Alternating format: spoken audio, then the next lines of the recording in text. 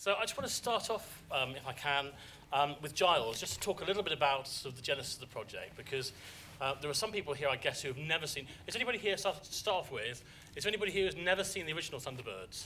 Just put your hand up. So there are some, there's quite a few hands there. So there's an awful lot of people who have never seen Thunderbirds before, so you've got to start from scratch with them. But there are other people who have got very, very locked views about what Thunderbirds is all about. And I wonder if you could just tell us a little bit about your relationship with the show and how you kind of tackled some of those questions. The show made a huge impression on me as a child, and when I discovered that ITV not only owned Thunderbirds but the whole of the wonderful Jerry and Sylvia Anderson archive from the 60s and 70s, it was just like discovering treasure. We're very, very proud and privileged at ITV to own such an iconic catalogue, and when Maria Kyriakou, who's here today in ITV Global Entertainment, joined about 4 years ago and asked us to look into the reimagining of Thunderbirds, it was like a dream come true.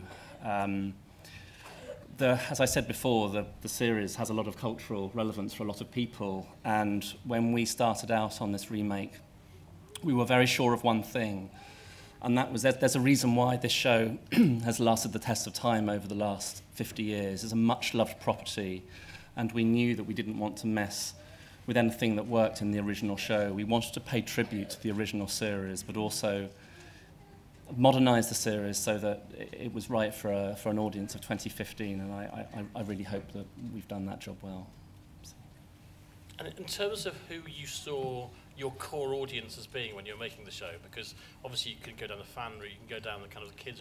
Who would you really see the shows for? Our primary audience, we're commissioned by CITV and ITV Network, and so our primary audience is for a kind of 6 to 11 audience. The pinnacle for us, and I know for Richard Taylor as well in New Zealand, is if this series can become a piece of family viewing on Saturday or Sunday mornings, then we'll have done our job. And I would love it if we're not only touching the imaginations and emotions of a kind of 7-year-old boy, but if we have parents and grandparents watching with their families in the original, that would just be the pinnacle for us. So. And one thing, you've not shied away from nods to the original, and there are lots of little treats in there for people who are in the know, but in a way that isn't kind of overbearing or kind of requires that. I mean, that's obviously quite a balance to achieve, isn't it? No, absolutely. You know, the basic DNA of the show, 5 young brothers, a secret hideaway island, and the most fantastic craft that you could imagine to play with, helping people around the world wherever people are in trouble. It's not a bad place to start for a show. And so none of that needed tampering with. And from a design point of view as well, what stunning designs from 1965. You know, it's just, there was the currency of Jerry and Sylvia's series was just so rich and wonderful that we felt that the series should absolutely pay tribute to all those elements that made it special, whilst at the same time updating the show so, you know, that it's suitable and compelling for a young audience of today. And you know. And Estelle, from your point of view, obviously, it's a show about international rescue. This is a truly international show. Obviously, we've got the guys here at ITV just along the road here in London. You've got Rob over in LA, kind of, you know, at the sort of the heart of the writing empire. You've got guys over in New Zealand on production, and China as well, I think. Can you just tell us a little bit about how it works, kind of crawling all of that together? Yeah, it's we start with Rob's bit. So Rob is writing the scripts and editing the scripts in the US, but with UK and US writers. Some of the UK writers are here today. Then we record all the voices, and we do that in London. So all these guys are putting their voices together. That goes back to New Zealand, and they've done all the design, and they put it together. The directors are based out there as well, so they put it together as a post-viz and a pre-viz, and like digital storyboarding, really. And when that's all done, then it goes to China for the animation. And when it's finished in China, it comes back to London, where the team here, led by Teresa Reid, do a lot of the we do all the post-production here, so there's guys here as well that are doing. So there's a lot of Skyping going on, presumably. There's a lot of late night and early morning calls. And if you've got families and you're having to do kind of calls to New Zealand, America, I mean that's probably not ideal. No, there's a lot of people in New Zealand that have seen my cats wandering in front of the Skype camera at 10 o'clock at night, that kind of thing. But yeah, truly a kind of global co-production. And once in the UK, the sound element is critical for us. I'm a huge proponent of terrific sound. I think it's very easy to spoil a beautiful looking show with a poor soundtrack, and so it was really important from both a sound effects point of view and a music point of view that we really did sonic justice to the series. And I know that Ben and Nick Foster, our composers, are here today. I can't thank you enough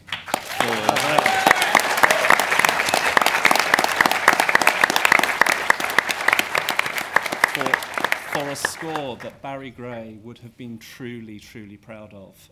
You have absolutely done yourselves proud.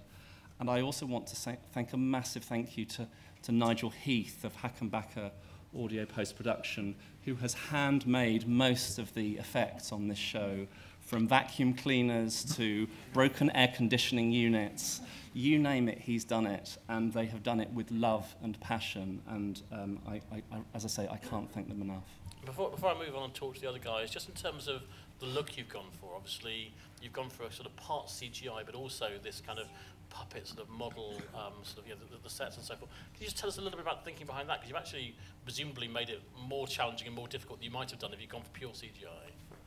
Yes, I think we probably did make it more challenging. Obviously the original series was puppets, and it still looks amazing. But making a show today for kids today, we did research, and that kind of look doesn't deliver the action and the movement and the pace and that children look for today.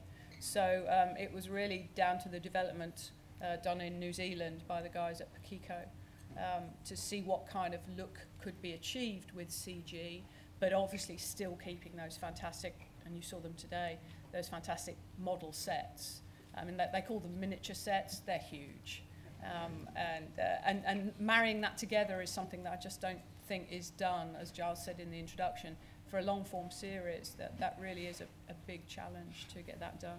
And even with the CG models, nothing is completely electronic in this show. So even though the craft are built, the skeletons are built electronically, the team at Weta and Pakiko would go into the workshop and take these big glass panels, and then they're going to paint the different colours of the craft on the panels, and then throw loads of dirt at them to get that lovely kind of weathered, kind of organic look to the craft.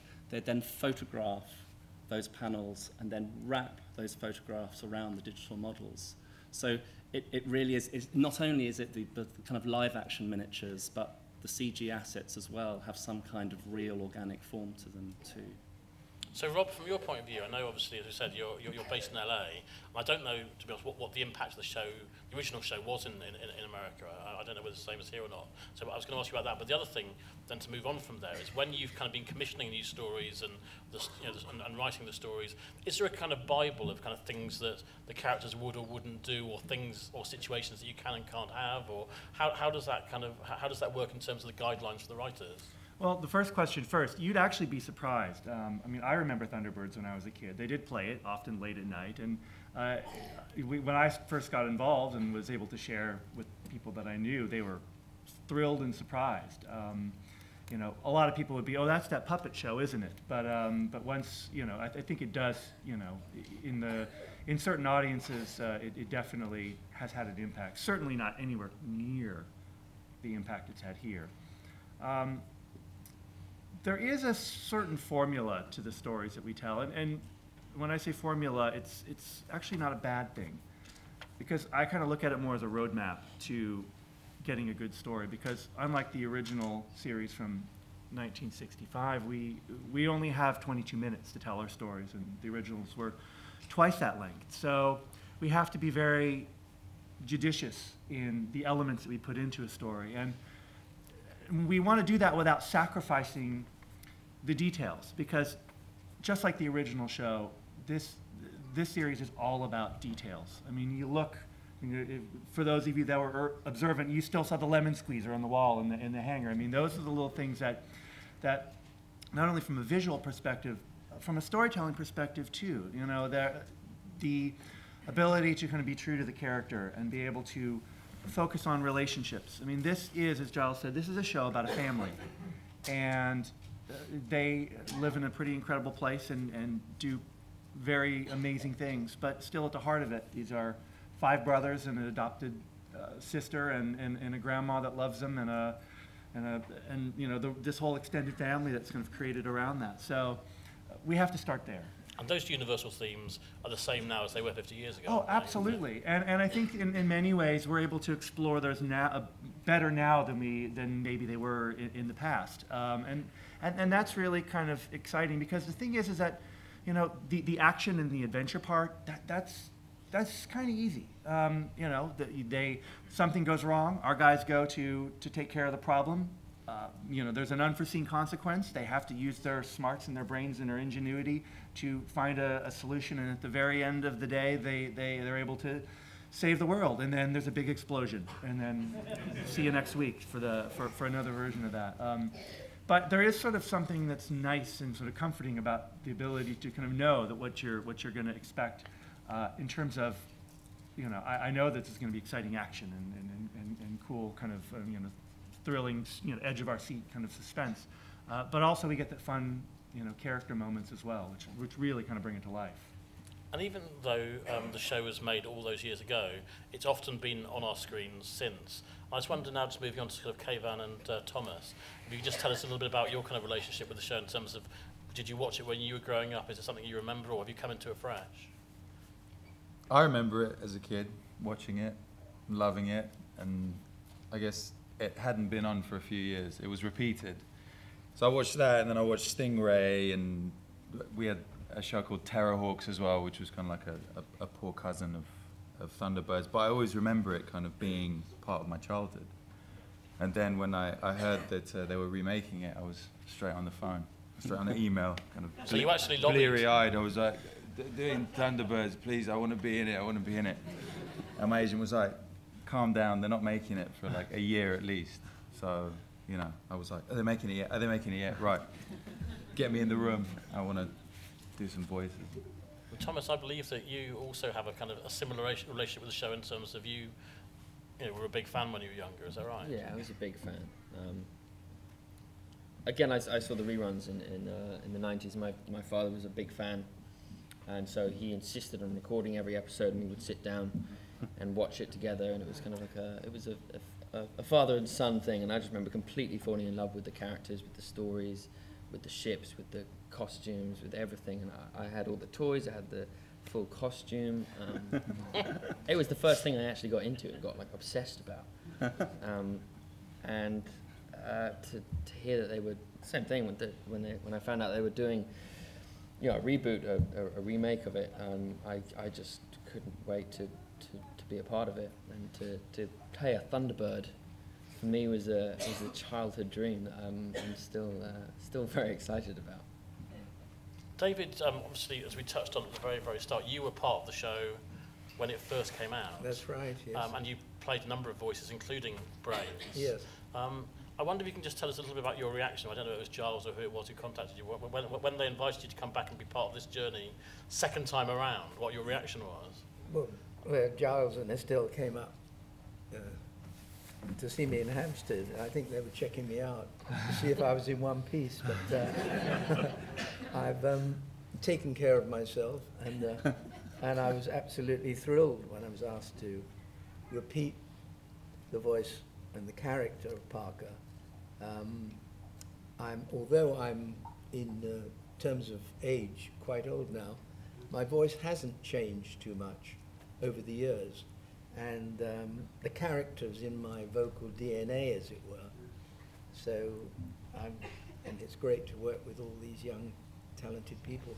In terms of that voice, I wonder if you could just tell us a little bit about the time when you stumbled across your inspiration in that respect. Yes, well, I had a long relationship with voices. I'd done 4 series before Thunderbirds, and when he was I knew I was going to play the character, Jerry, to whom I owe so much, took me out to lunch in a pub in Cookham, and he said, I would like you to hear the voice of this wine waiter who used to, I think, work in the royal household and was retired. And he called him over and he said, would you like to see the wine list, sir?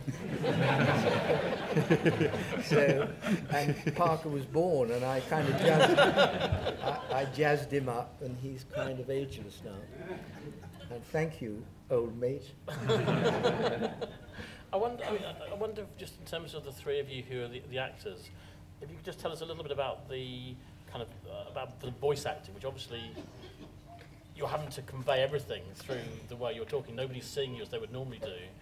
And I wonder if you could just tell us a little bit about how it's recorded, in the sense that I know with a lot of animated films, somebody comes in and they record their role and that's then put in. But actually, I think you were working in a group whenever that was possible, which obviously is quite a different dynamic. Yeah, I think it was always the case that they wanted to get, well, at least the Tracy brothers anyway, all together, so that we can kind of bounce off one another and just feed off one another. If you go in, it's much easier to, and probably much cheaper to bring in people and just have cue lines, and you just say your bit and then you go out and you never actually meet anyone, which is the kind of the way that I've done it before. But it makes such a difference to have everyone in the studio all together, all getting excited about it. I mean, most of us are all fans of the show, and still kind of pinch ourselves to think that we're going into these recording booths and getting to do our take on these characters. And I think having one another there really does help an awful lot with the performances. Are you watching anything playing as you're doing the voices? Have you got visuals, or is it completely from scratch? No, we kind of just listen to our voice director, who, I'm not sure he's here, but Dave Peacock, I think, is someone that we owe a great deal to, because he's just the greatest voice director you'd ever wish to work for. You know, I think, you know, a lot of, because we lay down the vocals and then that goes off to New Zealand and they do all the modelly bits, but you know what I mean? They kind of, all the characterizations based on what Dave gets out of us in the sound booth, you know. Is he even here? Yeah, No, he's not here. I don't think there's anybody here who He's hasn't very worked on the busy. show. He's in demand, seriously in demand. So Is there anybody here who hasn't worked on the show? So, Kayvan, in terms of finding the right voice, at what point did that come to you? Well, I mean, my initial kind of audition, I auditioned for pretty much all of the characters, and failed on getting nearly all of those. But I was open to that.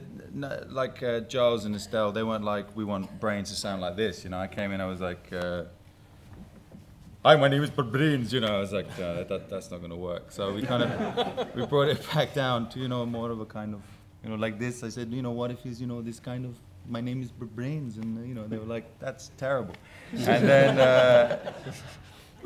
2 weeks later, they were like, come back, they want to play some more with you. So I was like, okay, what if I do it like this? And they were like, great, that sounds great, let's do that.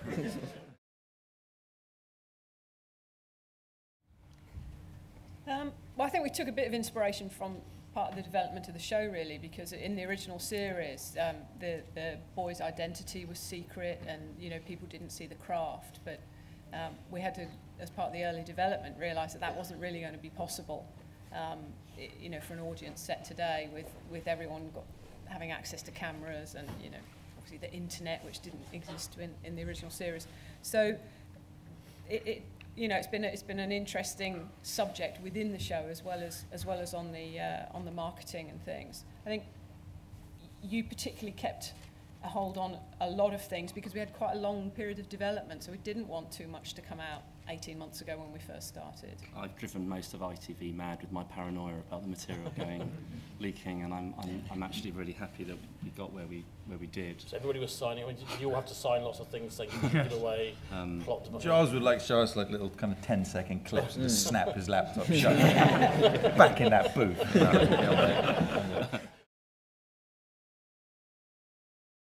Well, I think Parker was involved. My favourite episode was Parker was involved with a safe breaking episode. And he had a mate called Light-Fingered Fred, which I also played, so I was talking to myself a lot of the time. And that was my favourite episode, but I loved the whole series. I just picked that one out because it was kind of special. Anybody else want to throw in I like the one, I don't know the name of it, but the one with the weird robots and the three guys with the things on their wrists. Oh yeah, that's 18.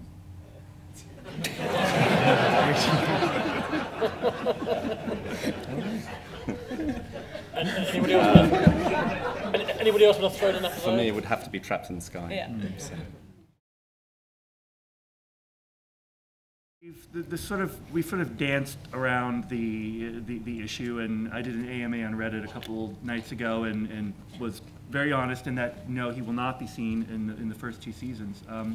But we haven't really ever given a real reason why, and I think I can say this, and I hope I don't get in trouble, but Jeff Tracy is not a character that can be sidelined or minimized in any way, shape, or form. He is a huge presence in the world of Thunderbirds and on the screen. The show we're making right now couldn't be about Jeff Tracy. It has to be about the boys and KO. And our feeling was, what would be a way to make Jeff Tracy mean something to the show and be just as important, but still be in a place where the rest of the boys can take a step forward and shine. And so our decision to sort of take him out of the picture was really motivated by that. And it became a situation, story-wise, where it became less about what Dad tells us to do and more about what would Dad do. And so the sort of the currency that we get from having the absence of their father there is hugely important, I think, as we move forward with the series.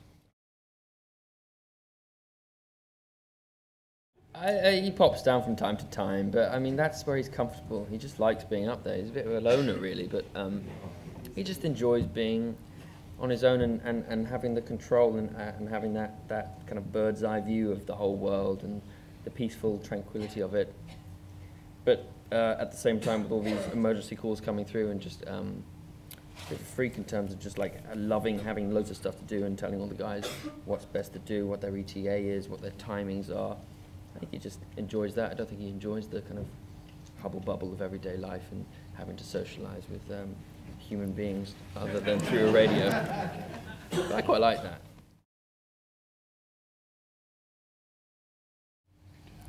Yeah, we are remaking Trapped in the Sky, as we mentioned, and I was always very kind of drawn to the Sun Probe episode, which is the first one I saw and really kind of really stuck with me. So we have another episode that while it's not a remake of that one, draws very heavily on elements from that story as well.